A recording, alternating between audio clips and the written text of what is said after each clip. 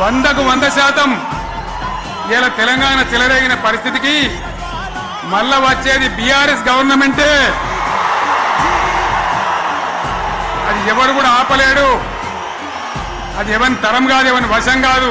మీకు అండగా కేసీఆర్ ఉంటాడు, బీఆర్ఎస్ ఉంటది, అందరం ఉంటాం.